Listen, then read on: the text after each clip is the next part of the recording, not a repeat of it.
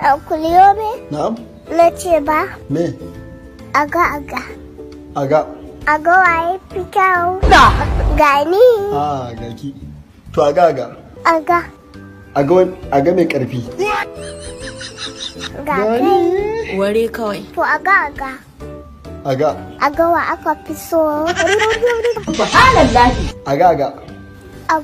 Aga mai fitsarin kwanci. Ya Rasulullahi manzo Allah.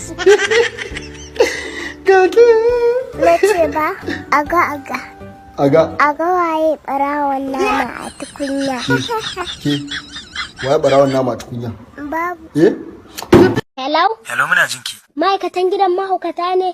Wake magana? Jaruma baby ce. To baby. Kuka sallamo ɗurin gona? A'a, gudowaye mu ma neman shi muke. Na gan shi yana ta bugun mutane. Za mu zo ki gwada mu shi. A'a, ban gan shi ba. Kuma kika ce kin gan shi? Ya ce ka in ga mu kowa inda yake. To ga mu nan zuwa gidan naku. Kama kusan gidan mu? A'a, kada ki damu za mu gano shi. Ta yaya? Za mu bincika da sunan ki ba kin ce sunan ki baby ba? Ayya, ai kowane yaro sunan shi baby.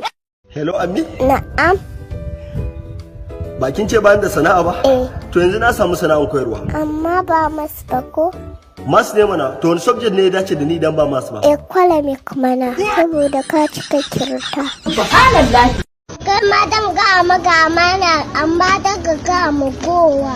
So insha Allah amana wanda ya ci amana wuta balbal kin ji ko? Ki faɗi min in kika faɗi min ba zan faɗi ma kowa ba. Kin ji ko? Baba, mutane sun yi yawa, amma ana aiki. Kamar ana aikin haji. To ai dama sai kuma me ya faru?